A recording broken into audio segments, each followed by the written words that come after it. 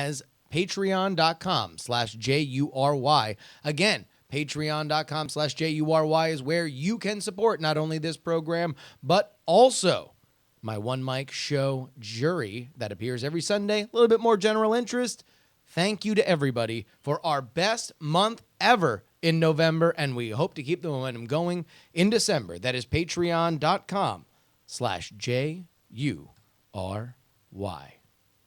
Times have you seen this? Last year, Dole Gingrich tried to cut Medicare $270 billion. It's wrong, and the AARP, the largest and most respected senior citizen group, agrees. Both sides have proposals which would slow the rate of growth. They said we need an end to the political finger-pointing. They agree with Bob Dole. We need a bipartisan agreement to fix Medicare, not false political ads that scare seniors. So next time you see a Clinton ad, don't let him fool you. Politics, politics, politics, politics.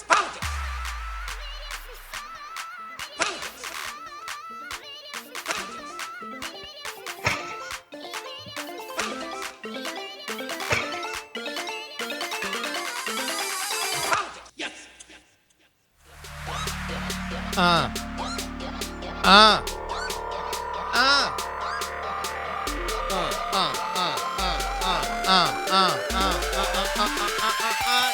for some politics. Yeah. I don't know why I got a little I got a little Atlanta strip club DJ there. Yeah. If you want some politics, put your hands up. If you want some politics, put your hands up. If you're going to cast a ballot, put your hands up. All the ladies in the ballot box, put your hands up. I feel like that's the thing I could do. Hello, everybody. Welcome. This is the Politics program. This is where we talk about home and gardening. Just kidding. It's politics.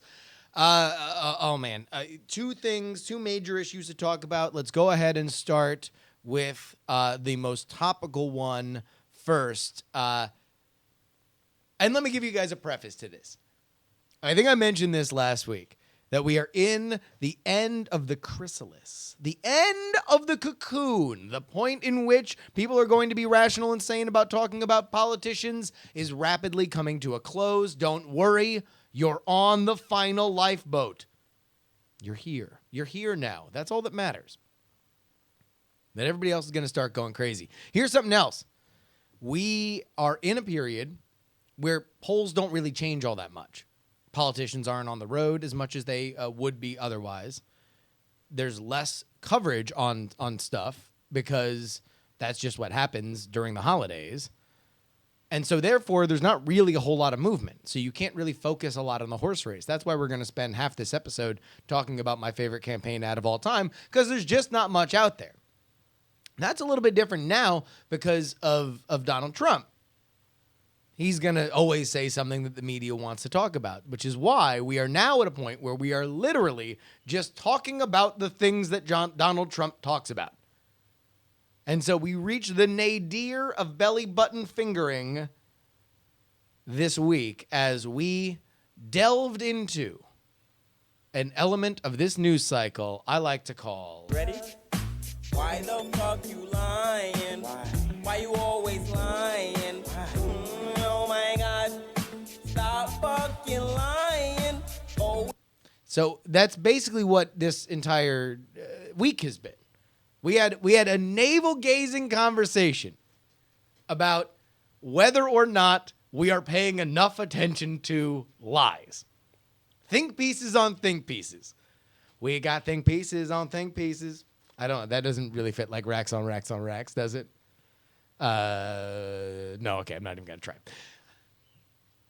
First, we have the Washington Post coming out and saying, why aren't we paying attention to Donald Trump's lies? Donald Trump's lying about whether or not Muslims were cheering on 9/11 in Jersey City. Why aren't we being harder on him? And then you have think pieces on think pieces.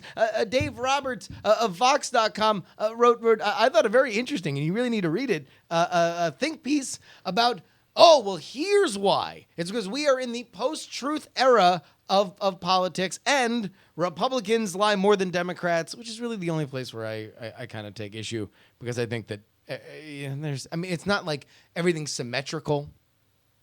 It's just that people lie about different stuff. And also, it really depends on what your definition of lie is in general.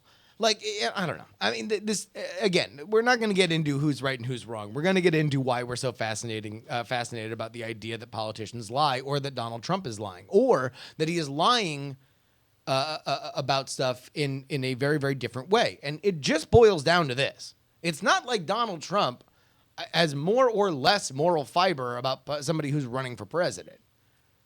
Because if Hillary Clinton or Mitt Romney or Bob Dole or anybody else who has run for president and not succeeded thought that they would have a better chance to the White House if they just told lies constantly, it's what they would do. The reason why politicians don't constantly tell lies all the time is because they feel that strategically it's not the best look. So what do? When you have a candidate in Donald Trump who doesn't have a teleprompter, barely has notes, and just literally talks about things as if he were your crazy uncle at the dinner table. Your crazy uncle at the dinner table has said stuff like Muslims were celebrating on 9/11. Like, that's a thing that's happened. And so Donald Trump comes out and says this, and we get all fascinated about it. And make no mistake, again, there is one reason why we are fascinated about this. One and only one, and that is this. We have nothing else to talk about. We have, oh man, there is so I got cockatiels. I don't know if this is common knowledge for people who listen to the podcast. I got 3 little cockatiels. One's Doctor, one's Cooper, one's Milo. Every once in a while, they get really ornery and they don't want to get back into their cage, so they just fly around the living room. They just go, and I try to pick him up, and he flies away. Doctor usually just flies and flies and flies and flies and flies, and then at the end, he's just so tuckered out. He's just such a tired little bird, and he's just like sitting on some branch somewhere going, that's what the media is right now about this election. We have just been flying our little wings off for the last 6 months, way earlier than we normally do, by the way. And I just realized this, this campaign ad that we're about to get into is from the corresponding cycle, but it was like 3 months in the future from where we are now. It was like after the Iowa primary. Like, that's how early we are on this stuff. We have burnt through so many narratives already. And yet, here we are in a dead period where major journalistic outlets continue to devote ink and headlines to. Always lying to me. Why? You lying so much. Why? You making it hard for me. But let's not focus. Let's not fall into that same trap. Let's not dwell on a dead period in this particular election cycle. Let's instead gaze to the past, my friends. Yes. Let's please gather together as we remember what I still consider to be a mystery. I've watched this campaign ad about 50,000 times, and I will probably watch it about 50,000 more. And yet, okay. I don't know how this was made. I don't know why it was made. I don't know who it appeals to. I don't know what the demographic for which it was going for. I don't know why it felt that this was a positive portrayal of the candidate. I don't know why the person who spends the most time on screen is the person who spends the most time on screen. And most baffling, I don't know why the song that plays with it is so damn catchy. If you are a fan of the NSFW show or the Night Attack program, then this is something that you will know very well. If you have never heard anything that I've done before, and are only joining here with the Politics program, then if you have not heard this, then just go ahead and just email me, justinrobertyoung@gmail.com, and simply say, no subject line, 2 words in the body, thank you.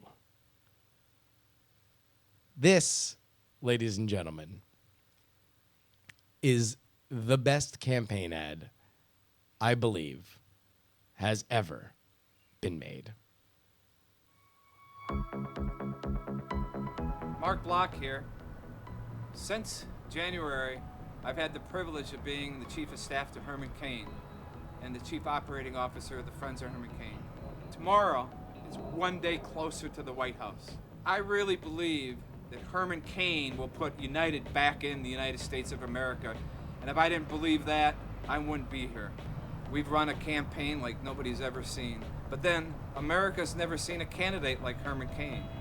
We need you to get involved, because together we can do this. We can take this country back. I am America. One voice, united we stand. I am America. One hope to heal our land. Okay.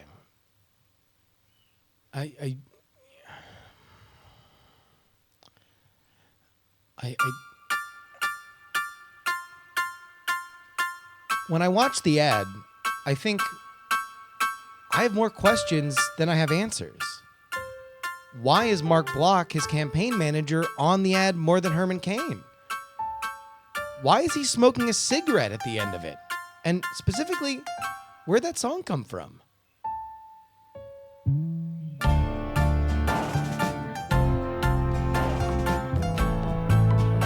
Mark Block here. Since January, I've had the privilege of being the Chief of Staff to Herman Cain and the Chief Operating Officer of the Friends of Herman Cain. Tomorrow, one day closer to the White House.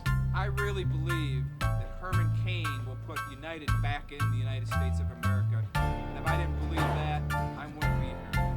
We've run a campaign like nobody's ever seen. I can't But then even start with America's never this. seen a candidate like Herman Cain. Okay. Stupid people are ruining America. Oh, geez. All right, Herman, calm down.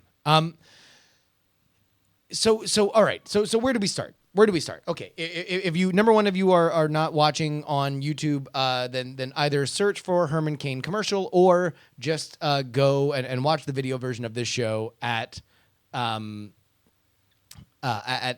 youtube.com/JustinRobertYoung. In fact, if you did not know, I'm uploading all of these episodes with video version where you can see my face, as well as the studio, as well as all the video accompaniment to the stuff that we're showing right there on the YouTube. Okay, so let's break this down. Let's go ahead and get into the mystery. Let's serial style investigate why this little piece of political trivia is so tasty and is indeed my favorite campaign ad of all time. Mark Block. I did a little research into Mark Block. Mark Block, in 1974, at the age of 18, became the first 18-year-old ever elected to office in Wisconsin, which is a very, very odd thing to say, that it is the first 18-year-old ever elected into office in Wisconsin and not the youngest person, because it makes you believe that either a 16 or 17-year-old has been elected into office in Wisconsin. I do not know whether or not that is true. I do know that he won a position on the Winnebago County Board of Supervisors. He has then started working, since worked behind the scenes, and back in 2004, I believe, Mark Block began talking to Herman Cain about running for president. It wasn't until 2010 when he finally convinced him that he absolutely could and should run because he could be a viable candidate to win in 2012. Now, let's delve a little bit into that, because I don't think he was wrong. In fact, Mark Block might be the smartest dude in the room. Mark Block saw that in 2012, there was a rising tide of people. This is kind of the heyday of the Tea Party that was very dissatisfied with what they thought to be the establishment, quote unquote, of the Republican Party that was too capitulatory to a president that they hated, and that having not only a non-politician, but an eloquent speaker with a very simple message, economically driven, could be viable. Now, we looked at Herman Cain and his campaign and the fact that it didn't necessarily go very well, although it had its moments, and say, well, yeah, so you talked a rich guy into running for president. Join the line of people who have fed a rich person's ego and got them to do something a little bit silly. But as Donald Trump flowers in this election and does far more than what people thought he might, what would Herman Cain have done? What would Herman Cain have done if he had ran 4 years later or ran again? Mark Block, I believe, is a smart man. But what I am forced to also believe is that Mark Block is a bit of an egomaniac. There's an old adage amongst wrestling, people who put on wrestling events, that the promoter always finds a way to insert themselves. It's a big chief complaint from the big leagues to the little promotions, that the person who pays the bills in a art form as subjective as wrestling always finds a way to make themselves the center of the story. And I can only imagine that when thinking about whether or not they should go out and find a testimonial about somebody who is touched by the message of Herman Cain, or maybe they should find Herman Cain's wife or somebody else that worked with them. Listen, the dude founded a company at Godfather's Pizza. There's got to be a slew of people who have been legitimately affected by his influence. His co-founders, his early employees, the people that currently work there. Maybe a 16-year-old who is getting his own job. Maybe a 16-year-old who one day dreams of being the second 18-year-old to be elected to office in Winnebago County. You can have a delivery driver for Godfather's Pizza say, I got my job because of Herman Cain, and I think he can do the same for America. No. Why? Why do that? Why have somebody that could give you an illustrative example of the full range and scope of the Herman Cain persona, the Herman Cain story, the Herman Cain lore, be the person who takes up the majority of that ad? No. Instead, Mark Block called his own number. Mark Block decided he was going to be the star of this ad. And if you are not aware of what Mark Block looks like, he's not exactly George Clooney, right? And nor should he be. You know, when the press dinner happens, people always call it, DC is Hollywood for ugly people, right? So if you are ugly but smart, you can still be famous. Just go ahead and be a politician. Mark Block looks like a guy running a fringe Republican presidential campaign. So, all right. So he calls his own number. And okay, well, you want to know what? I'm buying it. I can see it. This is about the people around him now. Herman Cain is the center of the universe. His second in command is Mark Block. Mark Block really was the one who believed in Herman Cain before Herman Cain believed in Herman Cain. Mark Block is the one who came to Herman Cain and said, sir, you are the future of America. So why don't we have him say that? No, don't make it that. Don't tell this inspiring story of I believed in a man and a man believed in me, and now that belief can be America's belief and we can carry this on to a new era of prosperity. No, let me just say random stuff about, hey, Herman Cain, he's great. Join us. We're one step closer to the White House. which is always like, well, duh. Like, of course you're one step closer to the White House. Like, if you are steadfastly believing that you and your candidate will be president, then what the fuck else are you supposed to say? So, I mean, at least let's put him on a set. Let's put him on a set. Yeah, let's go ahead and put some nice, some soft lighting or something, or maybe, hey, let's shoot it in campaign headquarters. Let's show Mark Block doing what Mark Block does: working phone banks, talking to volunteers, shaking hands, and giving orders. Let's have Mark Block do that. No, we don't have time. Oh, okay. So let's just put Mark out on the. Once I'm just out there on the street corner and we can just shoot it on an iPhone. Well, all right. Well, what do you say we just hand it over to an editor? Okay, we'll have him edit it and we can put in B-roll and stuff like that. No, I guess. Hey, iMovie's on the iPhone now. Oh. Yeah, you can put filters on and everything. In fact, they got these filters here where they just like blur everything but the center. Thing is, you just got to keep your face in the center. Oh, wait, no, Mark didn't keep his face on the center, so half his face is blurred. Huh. Well, we can just zoom in. I mean, because he's got such good skin, we can just... I mean, he's got such good teeth, too. All right, listen, guys. This might not be the best idea, but it's just an internet ad. It's just going to be there so we can put something up on the Facebook page. It's just going to be there so we can keep the diehards, happy and just give them something else so they can share it. This is really just a play it safe scenario, okay? It is just a situation where we need to make sure that we don't make any mistakes.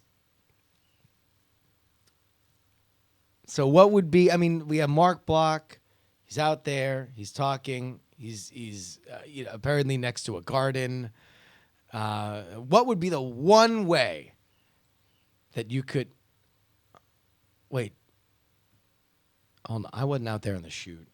I wasn't out there, but did Mark smoke a cigarette while y'all were shooting the commercial? You did.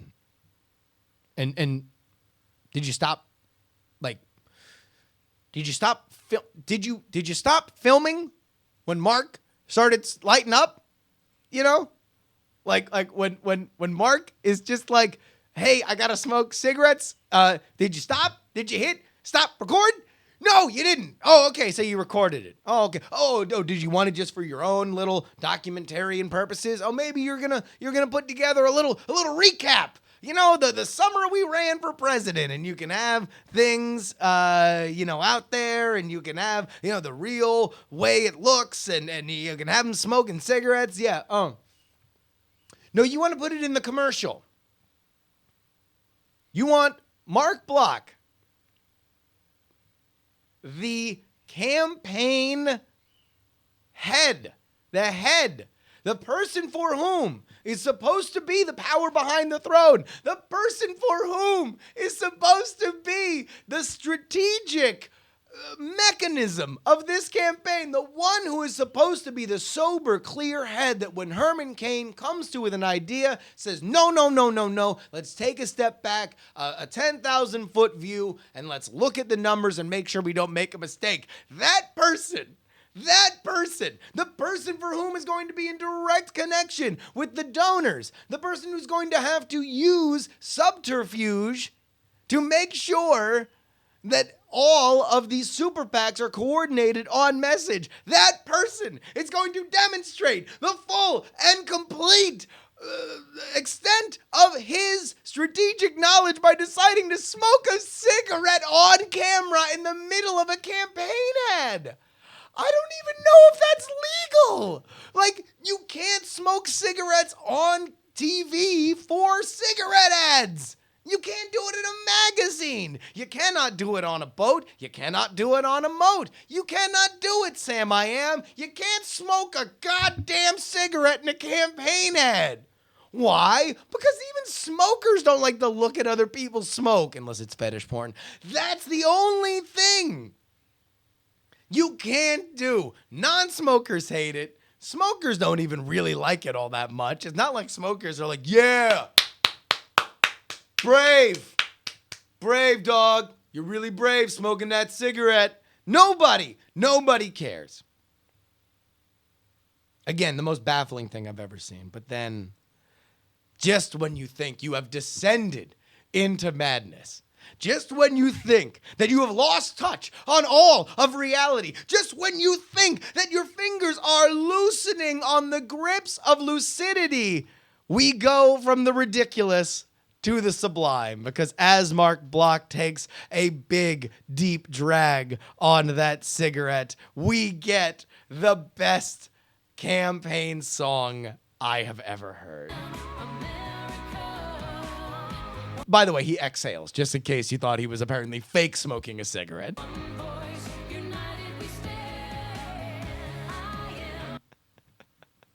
So, all right, we got to cover for this somehow. By the way, Herman Cain isn't in our Herman Cain ad. We have gone a solid 50 seconds before showing our candidate. So let's go ahead and get a shot of him. Okay, so like 3/4, maybe behind a desk, sort of evocative of the Oval Office. No. We can just do it in front of the blinds of the Howard Johnson. Okay, sure. So maybe having him looking out the window. Maybe the soft light of the sun dappling upon his face. No. We need him looking toward the camera, backlit by the blinds. Oh, well, that way we can put Herman Cain, the logo, next to it. I guess that makes sense. So what is he going to be doing? Looking ready for leadership? No. We kind of want him to have a wry smile.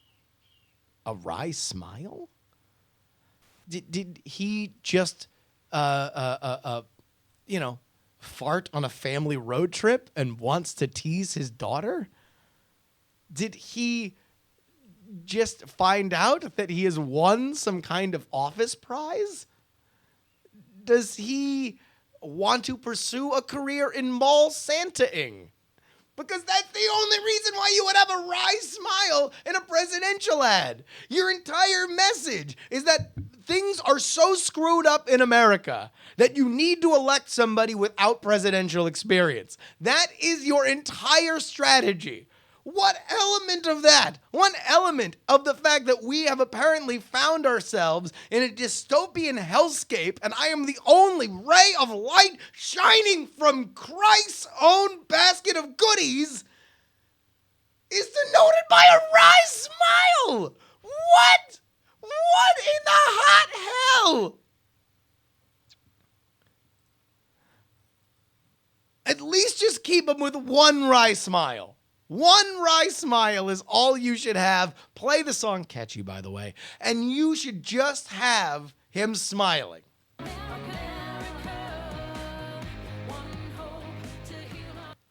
What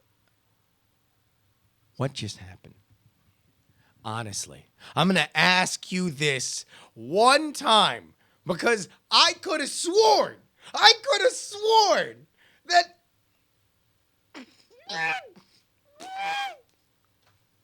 I could have.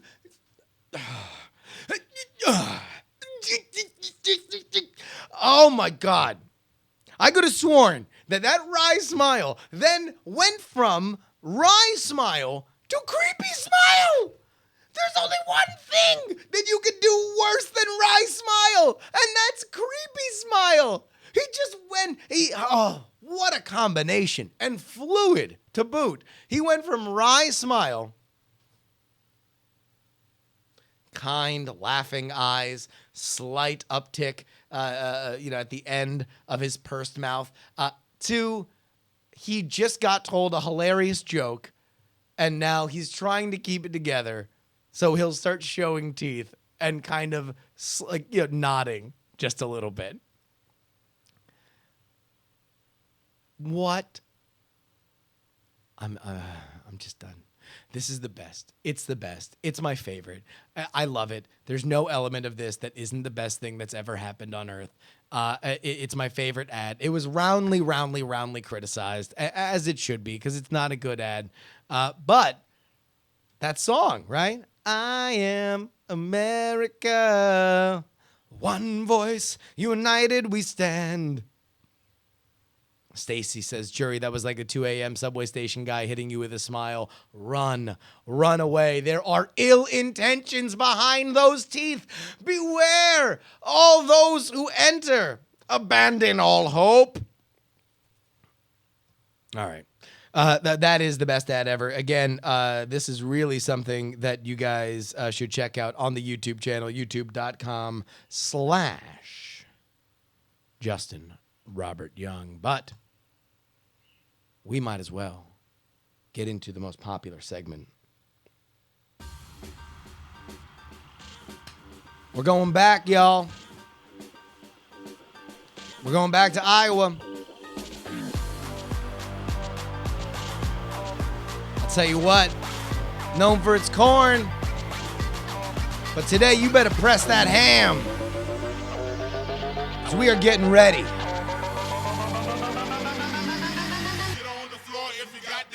For a pole dance.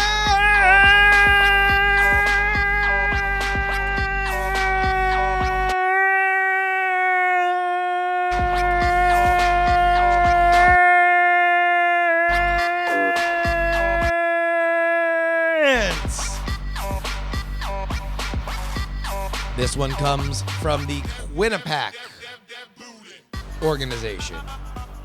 A poll that has reached from November 16th to November 22nd, picking up the rear. Kasich, Santorum, Huckabee, Christie, between 2 and 1%. Let's go ahead and give them a hand, everybody. Oh, you know, they're trying. They're trying. You know, you might not be throwing dollar bills, maybe wooden nickels. This is the daytime crew. Please, somebody, get into that wonton soup. It's been there on the free buffet since Monday. Let's get into your 7 p.m. shift, girls. Here we go. Pulling in 5%. He is son of Ron, Rand Paul. Falling to 3%. It is the lady who puts the ants in pantsuit. Listen, she might be from the Bay, but that doesn't mean that she can't get down and dirty. Carly Fiorina. He is the protected favorite son from a political dynasty. But we might be in trading places territory because he's only pulling a paltry 4%. Ladies and gentlemen, put your hands together for Jeb Bush. But we have a 4 horsemen, woo, of the pole dance apocalypse. Pulling up the rear. At 13%, it is Marco Rubio. Next up, he is ready to issue you a prescription for that ass. Ben Carson at 18. Somebody has taken his time but is now surging to the lead. It is Ted Cruz with 23%. Slim lead, but you know he likes it on top. You know he likes it rough. He's down to party, even if it's a bunch of Muslims cheering about 9/11 in Jersey City. Donald Trump at 25. Ladies and gentlemen, that is our pole dance brought to you by Quinnipiac. Margin of error, 4.3. Donald Trump with a +2 lead. That is lower than his Real Clear Politics average of 6.7 in the Hawkeye State. Let's go ahead and get into our emails. Of course, you can email me, JustinRobertYoung at gmail.com. Just make sure you put politics there in the subject line. Otherwise, I might mix it up and put it in the wrong podcast or not read it at all. Ben writes in, just wondering how you felt about the political voting system in general. I saw this video by Fair Vote, and it was an interesting concept. Any thoughts on covering more than just political campaigns throughout Politicsx3, providing commentary similar to The Daily Show on current or political-based world events? I think we got enough to cover here on this show. I mean, obviously, I'm going to go wherever the audience wants to go, but I want to try and just talk about politics. I want to try and draw a circle around it because I feel like in general, on general interest shows, I hate people saying don't talk about politics because I think it's a general interest show. You should talk about whatever you want. And just because you might disagree with somebody's politics doesn't mean that they shouldn't have a chance to say it. In fact, I would make the argument that you should take the opportunity to kind of be a little bit more open-minded about hearing other people's opinions. But on a show that has said up and down that this is about the horse race and not about the issues, note that maybe I'll talk about the San Bernardino shooting on Jury, but I'm not going to talk about it here because this is not about emotion. In fact, it is about the science of how to channel emotion. So I don't know how much I really want to talk about other stuff, but I very much appreciate, Ben, that you want to hear my opinion on it. And if that's your take, then I would very much suggest you go ahead and listen to The Jury Show. That's where a lot of that stuff winds up living. Justin writes, I love Politicsx3. First, if Rush ran, he would suck all the oxygen out of the room and put Trump in a world of hurt. You might also say he would suck all the Oxycontin out of the room. Oh, he was a drug addict. That's a joke about drug use. Liz writes, first, I love listening to your podcast. It makes my commute more bearable. Secondly, if you'd like to hit a bit of fodder to spice up the holiday doldrums, check out Corner Boys from season 4 of The Wire. A kid drops Ben Carson's name about wanting to be a pediatric neurosurgeon like Ben Carson. Here's a clip I found searching the internet if you don't want to find it yourself. Let's go ahead and let that load for a second, and then we will go ahead and play it. Of course, this kind of makes sense. Ben Carson was a pediatric neurosurgeon not only at that time period, but also at Johns Hopkins in Baltimore, Maryland. Let's take a look at the clip, or listen to the clip here. Let me ask, and I want everybody to write this down. Where do you see yourself in 10 years? Come on, pencil and paper. This isn't schoolwork. This is about y'all. All right, show of hands. How many wrote MBA? Yeah, but only for the Lakers, though. I want to be a pediatric neurosurgeon like that one nigga. What's his name? Ben Carson. Yeah, that dude. He's a black surgeon at Hopkins and Law. If you want to be a surgeon, you need to go to medical school. Whatever. There we go. Like that one ninny, Ben Carson. Yeah, that dude. Thank you very, very much to Liz for sending that in. Also, we are doing our own poll. We are doing our own primary research right here. The rolling poll of who the politics listeners believe will win the election. We're doing our own little predictive poll. You got to be on the Patreon. I'm going to send that out, and then I'll send it out on my Twitter, Justin R. Young. But if you are on the Patreon, you already have it. Let's go ahead and find out what those links are. Meanwhile, we have some other questions that are suggested by TJ that we could maybe put into future polls. I'm going to switch it up every few weeks just so we can clear the data and continue to get new data. Who do you think the American people will vote for be the next president? Who will you vote for in your party's primary? Who would you want to win the Republican primary? And then let's get some of the fun ones. If Trump loses the primary, do you think he'll run independent? If Sanders loses, will he be independent? Just a lot of great questions here. We are definitely going to include a bunch of them into it. And then meanwhile, let's go ahead and see where you need to go Well, here, you want to know what? Just go to my page, patreon.com/JURY. If you scroll down, it's going to be one of the first two things. You can get both your Democrat and a Republican poll. We want more Republicans. I listen, I know I'm talking to conservative voters here. Oh, I know.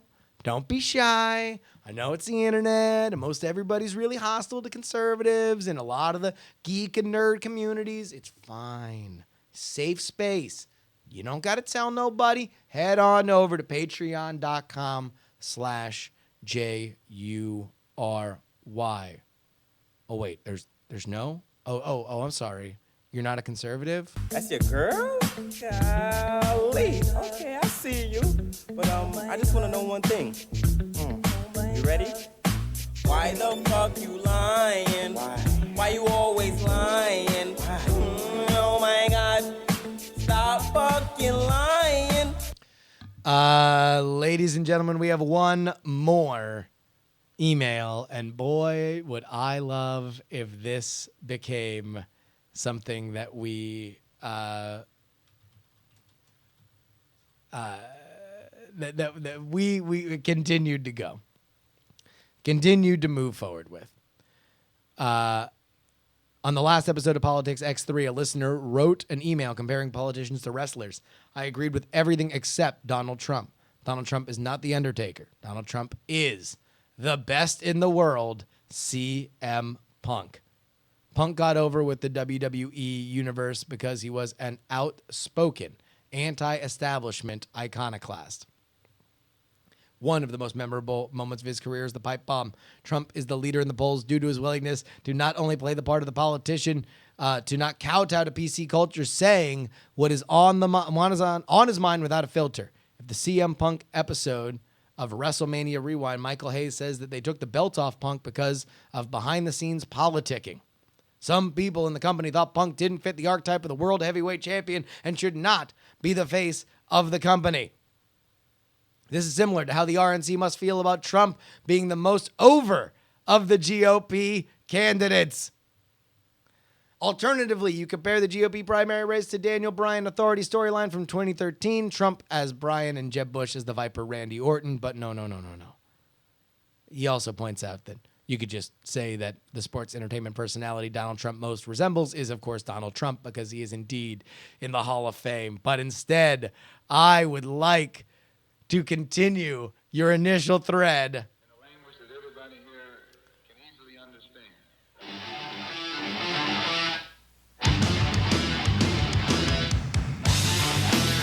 Because for conservative voters all over the country, he is the voice of the voiceless. No, he was never a Ronald Reagan guy. He's more of a Donald Trump guy. Donald, I think you should hold out for ice cream bars. This has been the Politics program. If you would like to email in, it is justinrobertyoung@gmail.com. Of course, you can buy The Contender at thecontender.us. Our music has been provided by Valesco and Trop Killers. And you can follow me at Justin R. Young everywhere that fine social media platforms are found. But until next time, my name is Justin Robert Young. Some people talk about politics, others talk about politics, but this is the only show where we talk about politics. We will see you guys next week.